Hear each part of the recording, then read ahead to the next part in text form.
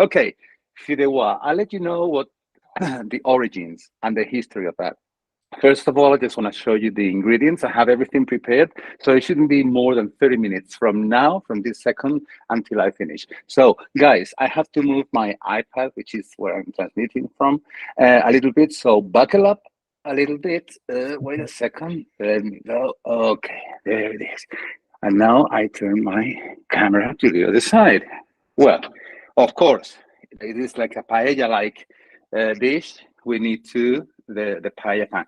Look at the size of my hand. Okay, this is like about, I would say, 9 inches wide, something like that.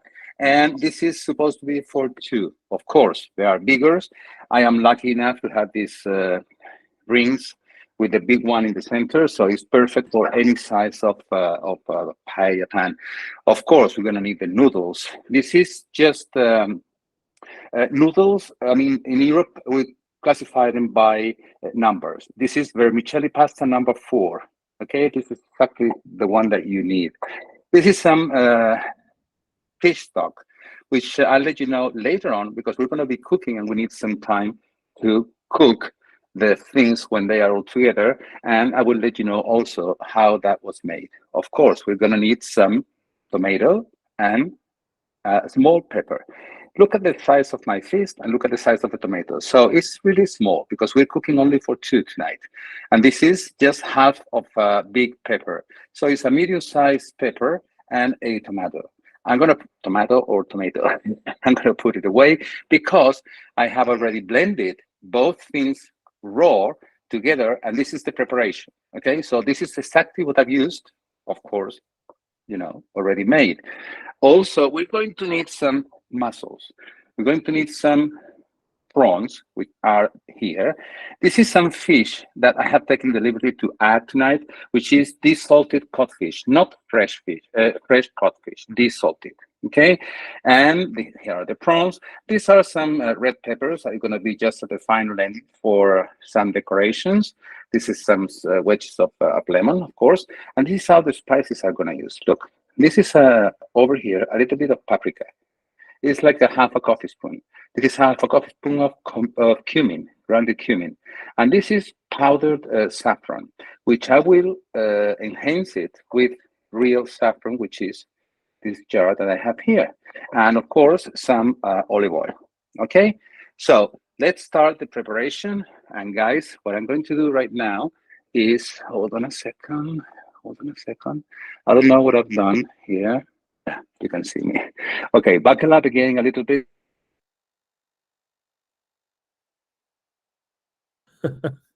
Looks like we lost Jorge, who is juggling not only a complicated dish with all those amazing spices and the saffron and everything, he's also juggling technology, his iPad and his tripods and his AirPods, and oh my gosh. And now, of course, here he's back. Welcome back, Jorge. All you need to do is unmute yourself and you'll be right back in it. Just Jorge, unmute.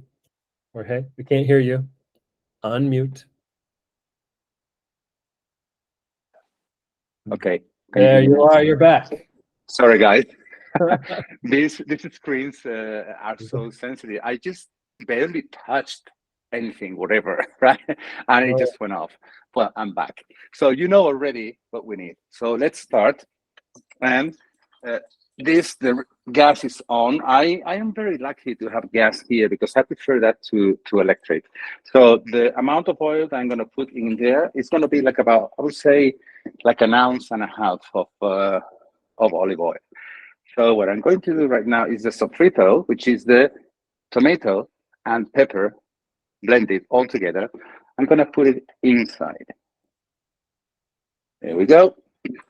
And of course, we have to wait a little bit until the heat goes up. Now, you're going to tell me about all the meaty part, like the prawns, the fish, and also the mussels, when it is added, etc., etc. I have a little trick for that, which I'll let you know later on. Okay, let's start a little bit with the history of the Fideua. Fideua, as Rainer said, earlier is typical from Catalonia, but also from the southern part of Catalonia, which is a different region called Valencia, that has another 3 provinces. And in fact, the real origins of this plate, Fideua, is from a little town, like about, I would say, an hour south of the city of Valencia. The name of the city of the town is Gandia, Gandia, and it's from the 1930s. Believe it or not, it was a chef in one of those fish and chips that he decided to change the paella recipe. By the way, Valencia is also the home of the paella. He decided to change the rice for pasta noodles. And they were all so impressed, all the sailors, that it was a word of mouth that became so popular, and it spread it all along that coastline from, let's say, the south of Valencia on the Mediterranean Riviera up to the border with France. In Catalonia, it's very common to find it, also in Valencia. But in Valencia, because it's the home of the paella, they go more for the rice. But also, you can find the fideuà in many places. So I don't know if you can hear the cracking of the sofrito. And well, let me tell you as well about the fish stock that I have here. Okay, well, let me show you something, which is this. Obviously, the langostinos, the big prawns that I have here, they were in a shell. We all know that, right? With a head included.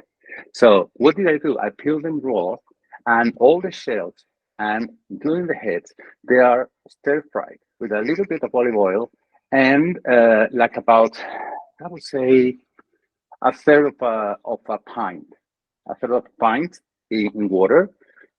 First stir fried, and then added a little bit of water, and you just boil them for about 10 minutes.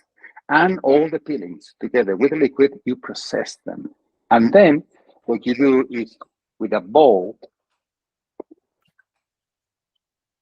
like this, and a sieve like that, you put everything in here and just press it. My trick to press and get all the liquid out of all that is just a glass. Just press, press, press, and this is the result. This is the fish stock, well, shellfish stock that you get. It won't be enough for what we're cooking here, but I will tell you that with a little bit of water, it's more than enough. Also, we probably have to add a little bit of salt. But let's go here step by step, because I'm smelling that this sofrito, which is what we're doing now, is almost done. Yes, it is. And now is the moment when we add the spices. Let me remind you, a little bit of half a coffee spoon of paprika, cumin. This is my special touch, okay? Cumin and powdered saffron, which I will add real saffron at the same time. So all this is going to go in here, inside of the pan. Just stir this a little bit. That's right. Oops. Oh my goodness. What a mess. You see? Live things. This is what happens. All right. Here we go. Just adding a little bit of thyme here, just to make sure that all the spices are melted with this. Now, this is the moment when I add the pasta noodles. Just make it evenly like this, not all together in one bunch, because you're not going to stir it much. All you want to do is to make sure that the vermicelli pasta gets soaked into the stock. Okay? So this is more or less how it's going. Could anyone tell me if you can see kind of well-ish what I'm doing? Yeah, we can see you. Yeah, okay, perfect. Thank It's you. good. Smells good too. Thank you. You perceive the smell, right? Oh God, it's hot. Yeah, okay. So now we just wait for just a couple of minutes. I mean, don't mix it like that. Don't stir very, very heavily. Just a little bit, just to make sure that the pasta noodles are soaking all the stock that we have inside of the pan. And this is the moment when we add the stock, the shellfish stock. There we go.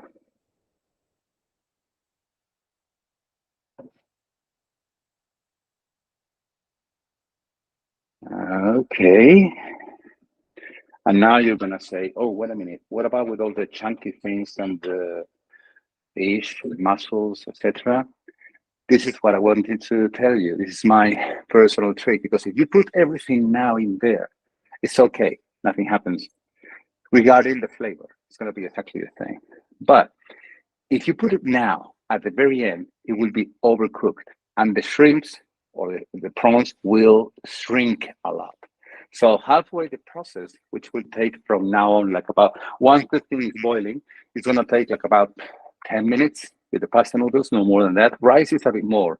Rice could be like about 15 minutes, 17 minutes, depending on the rice that you're using. But in this one, halfway through the process, I'm looking at the time now, is when I add absolutely everything. And you're gonna see the look of it when it's done. So let me just see how this is going. This is going perfect and it's boiling. Yep, it is good. And as Rainer mentioned at the very beginning of this broadcast, just before Tim, my colleague, started talking about his tour, he mentioned that very briefly. And one of the things that I'm going to add the saffron now. Look, I will tell you about Rainier in a second. This is the saffron I'm using, Spanish saffron, the best in the world, of course. So I'm adding like I would say, like a very generous pinch of that, of saffron. Okay, there you go. And here we go. That's it. Good. As Rainer mentioned very briefly, we are thinking about maybe next year in the fall. We don't know yet. We have to talk and discuss about it. Maybe a tour of Catalonia. And oh, look what I have here. Sounds familiar? Yeah, it is. We have two Costco's here, and this is not improvised. This is in purpose. Look, this is my card. Okay, my Costco card. I have to tell you, one of the things that I have my Costco card is I live on my own and have a family, so I don't go there and buy big things. But there are certain things that I love to buy there. First is the gasoline. It's really cheap, so it's like about 10 minutes driving from where I live. So every time I have to fill the tank, I just go there. And second, like things I don't know, just for a moment, like the eye drops, natural or artificial tears that I buy, like about a box that lasts me for 1 year. Also deodorant, believe it or not, the big boxes of deodorant, it gets like half the price in a regular store here. But mainly it's because of the gas. Just with a couple of times that I fill up the tank of my car in Costco, is paid my annual membership. By the way, here is 45 euros. I don't know how much in the United States right now, but that's what it costs. Okay, so I'm just looking at the time, and yes, we need to add a little bit more water, as I told you from the very beginning. So I'm just going to, and so in total, liquid, including the stock that I added earlier, and this one is like about 3 cups in liquid. Okay, so I'm just gonna wait for about a minute or so until everything starts boiling again. Yeah. Well, right now I know you were kind of kidding me earlier when you said that it was a good smell too, but it's really it's really good, the smell now, the way it's getting here. Okay, now it's boiling. Now is the moment when I add all the fish. And as I told you, this is the salted codfish. And I'm going to do exactly the same as I did with the pasta, because you're not going to stir everything. So you're going to spread the fish just like that. Okay. Bits here and there. There you go. And now is when we are going to add the prawns as well. So for this one, I've got 10 prawns, 10 big ones. There we go. I'm just trying to make it pretty, okay, by the end of the of the cooking process. I'm gonna try my best. I cannot promise you much. You know, I have a little bit of stage fright, honestly, and I get really nervous just before I triple check absolutely everything. And well, now the mussels. One mussel there. You just try to bury them a little bit.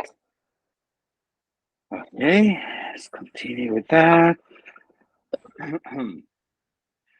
Righty. You know, there's one thing that I wanted to mention. Now there's a big thing going on all over Europe regarding the farmers and it's mainly the farmers, but also the products that they are importing from outside of the United States, the United Union, of the European Union. Sorry, and I always go and buy because I live in a neighborhood of it's a working class neighborhood, okay, not far from the city center of Madrid, like about 35 minutes on foot. But I do buying local. I have my fishmonger, I have my butcher, I have my place where I go and buy all the veggies and fruits in small shops. I don't like going to big supermarkets or big chains unless they have an incredible good offer and I go buy something, you know, just to stock. But I like just to, how can I say, just to promote local businesses. And then, as I was telling you, there's a big thing going on all over Europe about farmers just going with their tractors into the cities and just to have them heard, you know, by the local governments. So that's one of the big things, and that's why I always buy my food locally in my neighborhood because there are people that instead of being big chains, I told you before, they have millions and millions, and they can survive with the people that go there. At least in these kind of neighborhoods, these people have been here for decades, and most of them, especially after the pandemic, you know, they've lost a lot of customers and they had to close. So that's one of the things that I like to. And I'm saying all that because all this the fish I bought it at my local fishmonger, which is just 2 blocks up the street where I live, and uh, he said to me, "Are you gonna do one of those cooking shows as well?" And I said, "Yeah," because he knows me and I know that. And then he said, "Well, okay, good. Can I attend?" I said, "Well, it's gonna be in English. I'll forget it because they don't speak in English."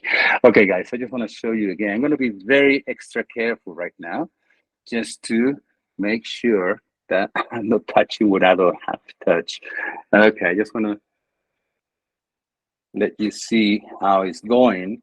And can you see how the muscles now are opening? You see them? And the prawns are still there.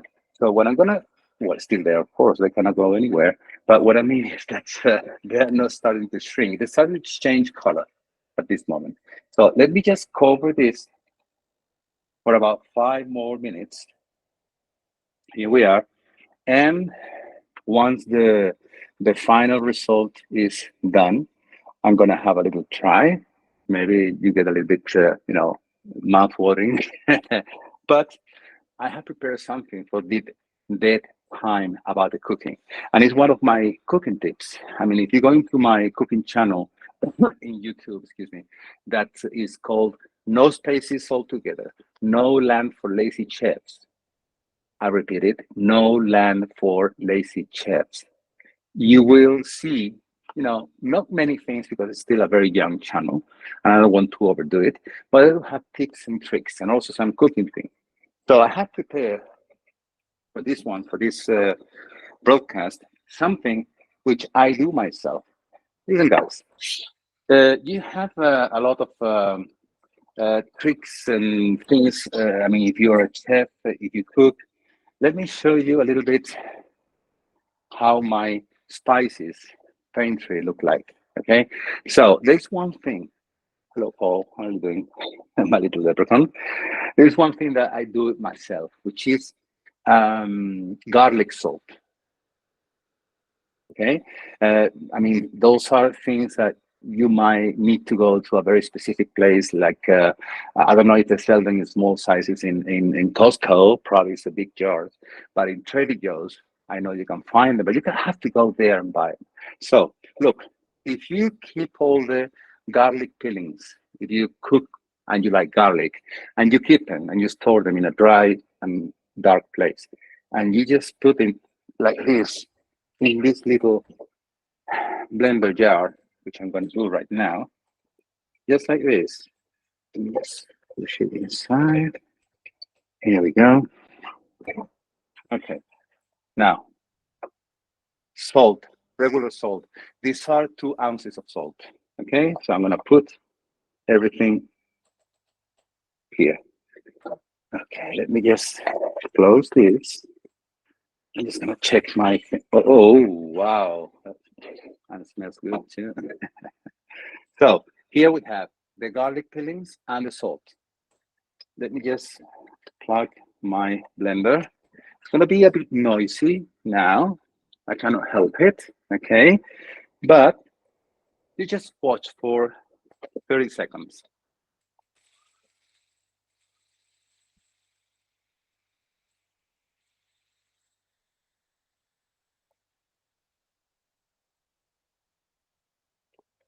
Take it out and shake it a little bit.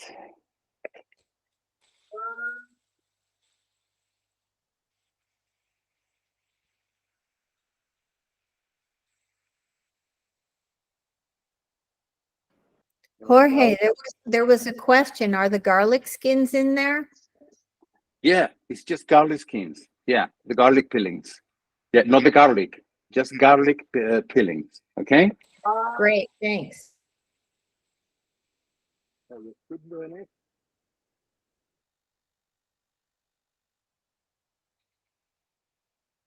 There you go. And oh my God. Look at this.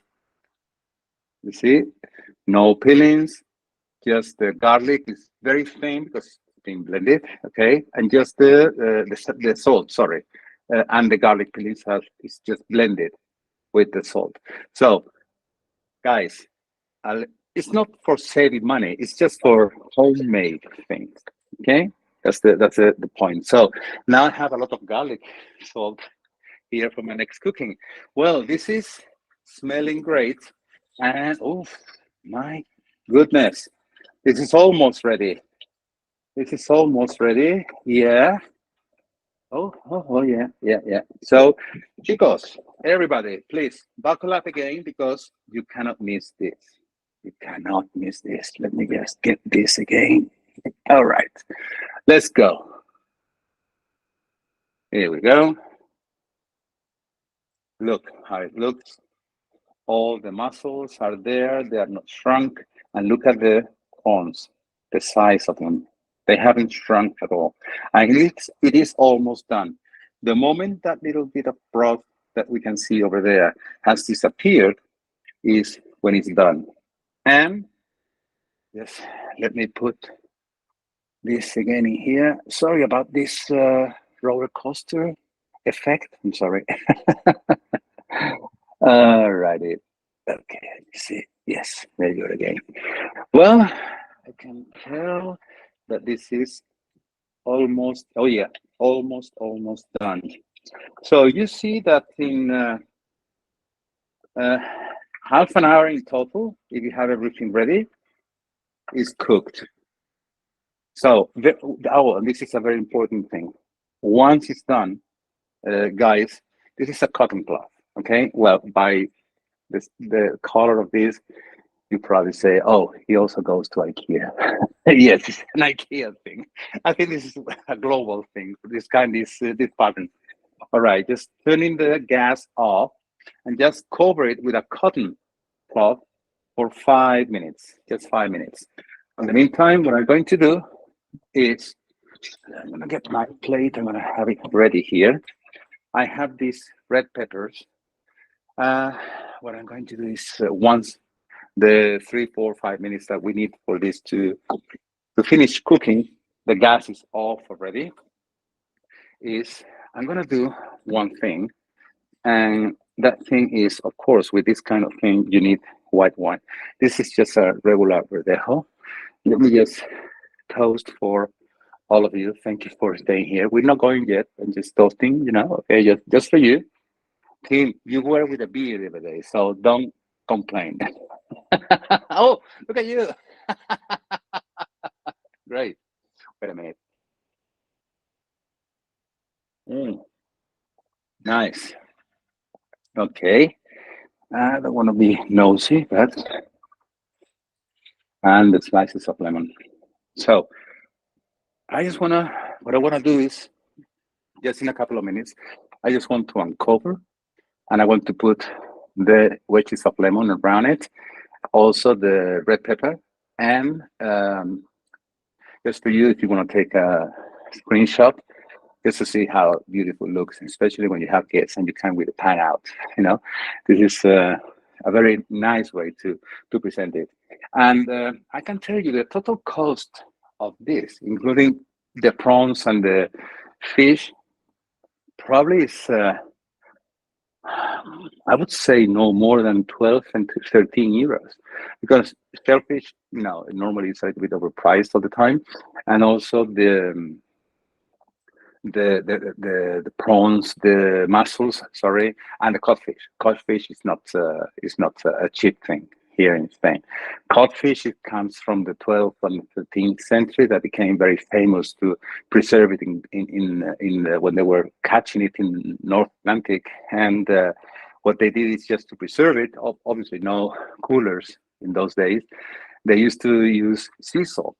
And so they opened the cod, like filleted without the skin, without the bone, and then put a layer of salt, then a layer of codfish fillets, and just like that, like a lasagna type thing. And that was an excellent way to preserve the cod. So when you have to cook that cod, what you do is you have to rehydrate the thing. And how do you do it? It depends on the size and how thick are the loins. That's how we call the fillet of cod, loins of cod. Depends on how thick it is. If it is the thickest one, which is like about 3 inches, that could be like about 50 hours desalting and changing the water every 8 hours. This is just a loin about the other day, and I have had it desalted for 46 hours in total. Okay, so every 8 hours you just change the water, and I just have made it in chunks, and it looks beautiful. Yep, here we are. And now just let me place this. This is just for decoration purposes, right? What I'm going to do right now. And the pepper, the red pepper, just to add a little bit of color. And if you are not buckled up yet, just start buckling up again, because we're going to have another journey above my Fideua. Let me just clean my hands. Look, buckle up, guys. Here we go again. Okay, let me see if I can touch the right button. Here it is. Yeah. Look, isn't it pretty? Come on, guys. And yummy as well. Yeah, smells delicious. Okay, I'm just holding it here in case you want to take a screenshot. 1, 2, 3. Okay, so let's go back again to this ugly face that you can see right now. Okay, chicos. So look, this is what I'm going to do right now. And it's going to be very, very hot, but just only because of you. Oh, good, excellent. I'm going to show you something that I don't normally get it in when I do the paella, because I'm a little bit scared and afraid of doing it. And the same as in the rice, there is a part that those foodie people they want, which is the lower part of the pan that gets kind of burned, and it's called socarrat. That is with the paella, the rice. The same thing with the pasta noodles, but you have to be really careful. I have to tell you, this wasn't done in purpose, but you probably can see here the plate of Fideua, Fideua. Can you see besides the mussels, can you see there is a kind of a burnt thing in here? This is absolutely delicious. Seriously. When you go to a restaurant, to a real paella restaurant, and you tell them, could you please make it with a little bit of socarrat? Socarrat. That's a word, socarrat. That means a burnt bottom. They freak out because it's not really easy. Always very, very experimented chefs can make it in purpose. As I said, this wasn't in purpose, to be honest.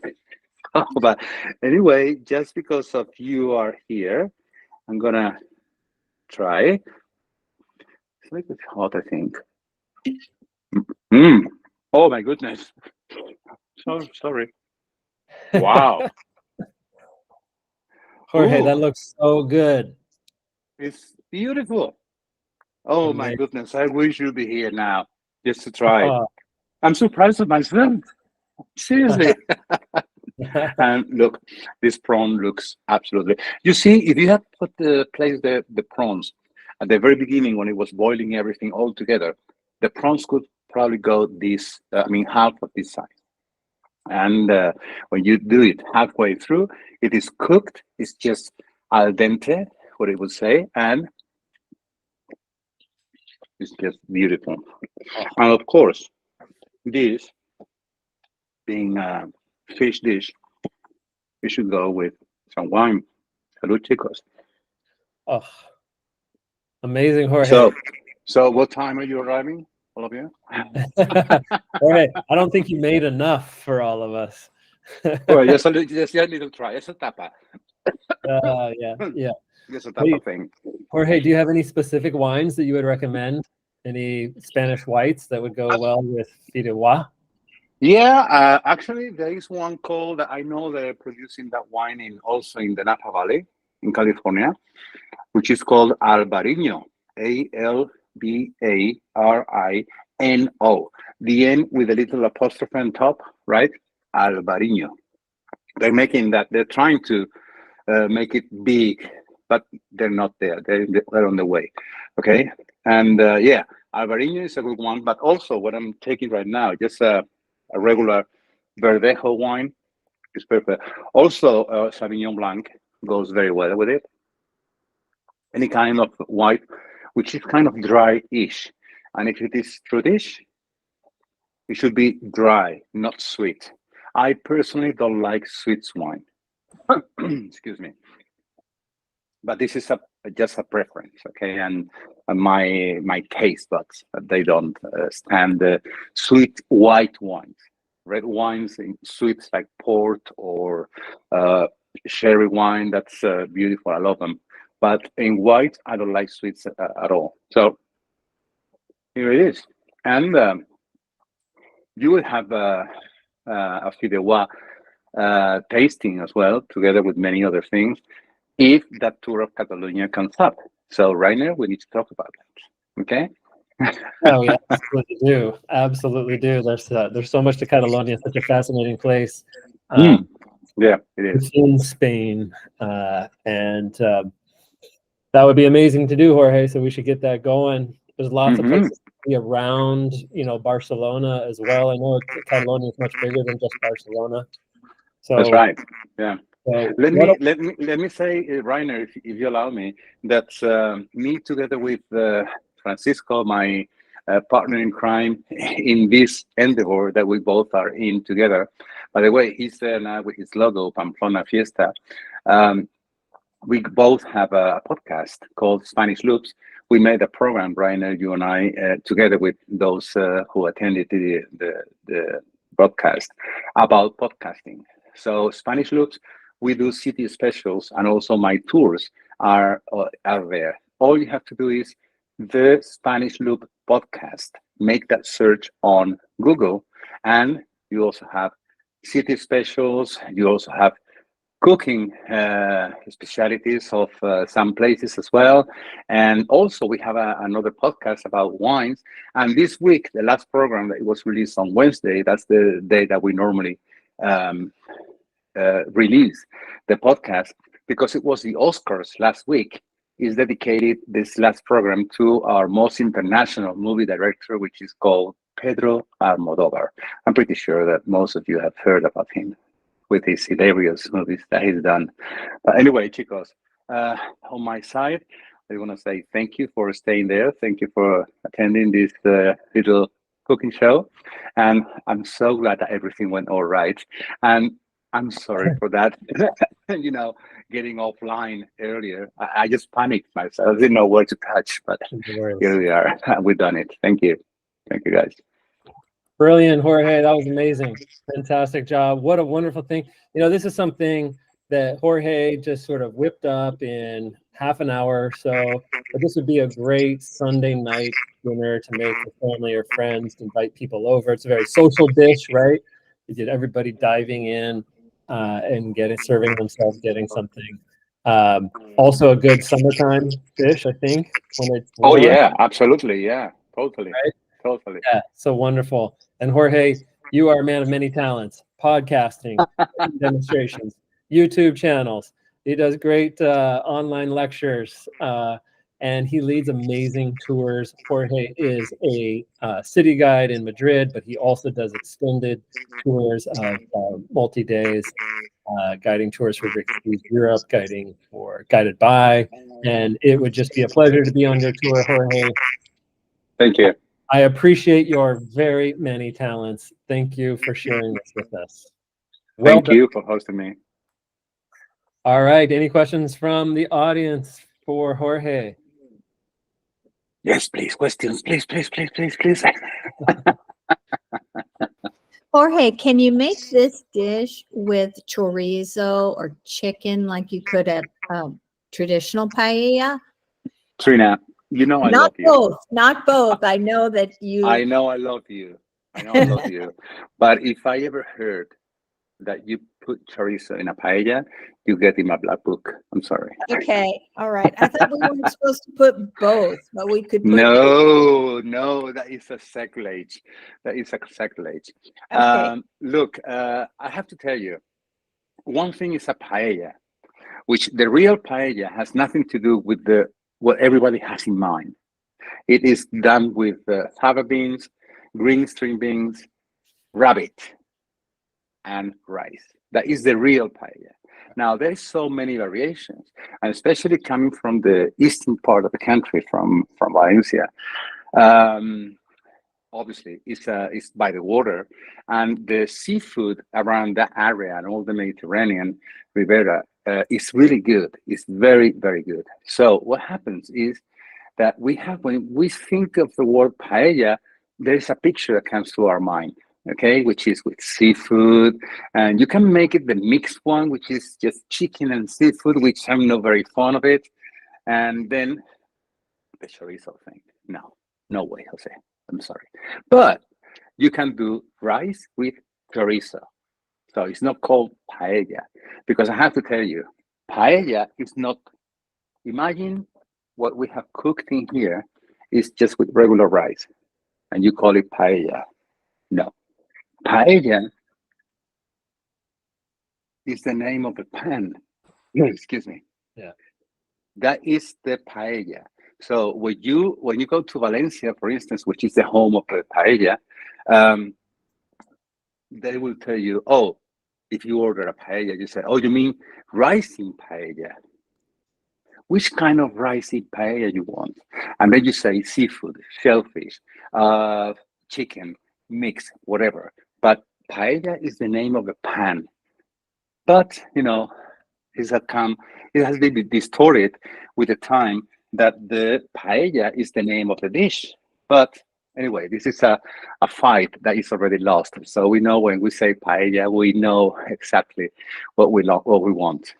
And I just heard, oh, sorry, I read very briefly someone that made a question about who taught me how to cook. Is that right, Rainer? Yeah, exactly. Yeah, yeah. Well, cooking is one of my passions, but it was indulged to me by my mother. Uh, when I was 12, and there is a chapter in Spanish Loops that we talk about Francisco, about himself. And I mean, I interview him and he interviews me. There's two different chapters.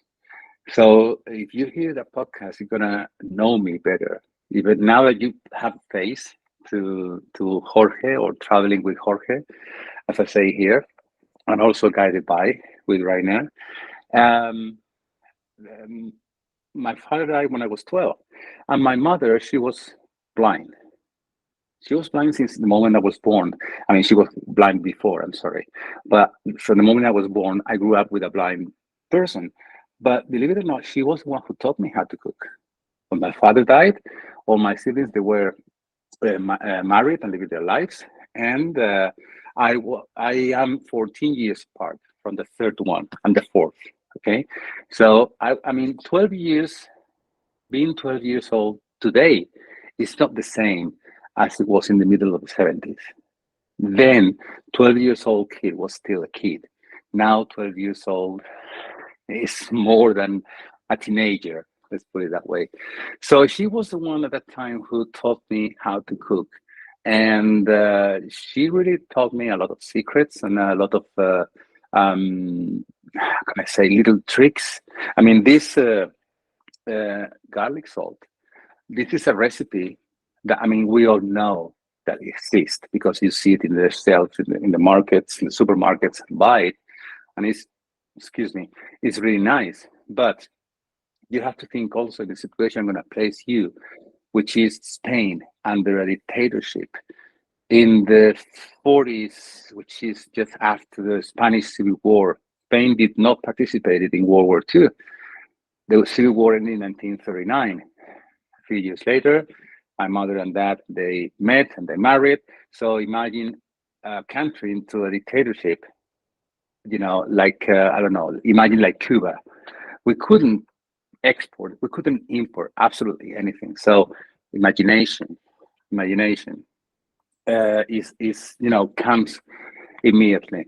So I remember that my father, I mean, I was really, really little, but I remember when he gave my mother as a present, I cannot remember if it was Christmas or the Three Wise Men, which is when we celebrate giving gifts to the others. One of those electric blenders, the originals ones, which we never had the vast ones. We had always these ones, and Trin, you know what I'm talking about, because you have one of these, okay, which is an immersion blender, okay? So remember that, and then my mother just simply had the idea of, like, why not? I don't know if she heard it somewhere or what, and why not blending the garlic peelings with salt? And then when we add salt, it's got the garlic flavor. So I got this from my mother. And then it became fashionable in the supermarkets. I'm not saying my mother was the inventor of that. Probably she heard that from somewhere. But you know, those are the skills of my cooking. And also I like inviting friends as well, making some tests now and again with the people that I invite here home. And up to now, no one has placed me in their blacklist. So that means something as well. But thank you for asking. Thank you so much for asking. So, well, chicos, I mean, if you have any more questions, I'll be pleased to answer them.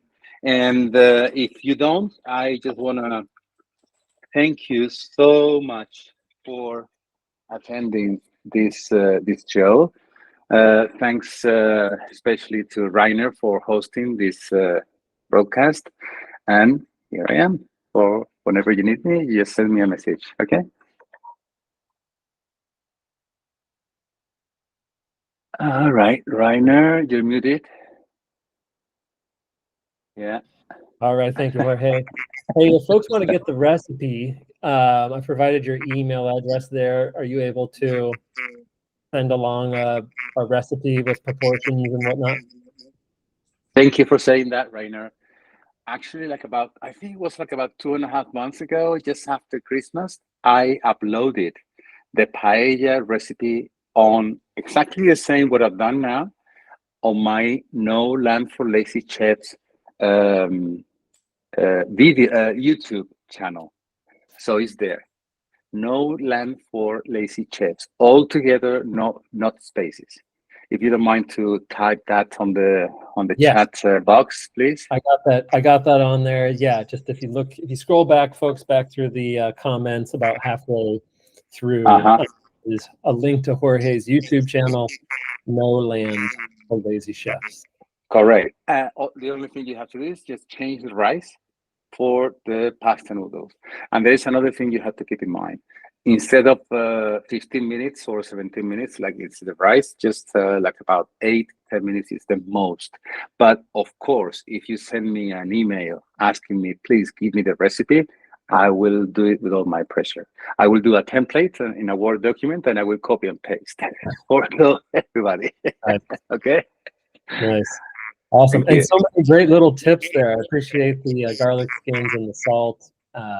And taking us on a little tour of your cupboard, your spice cupboard. Cool.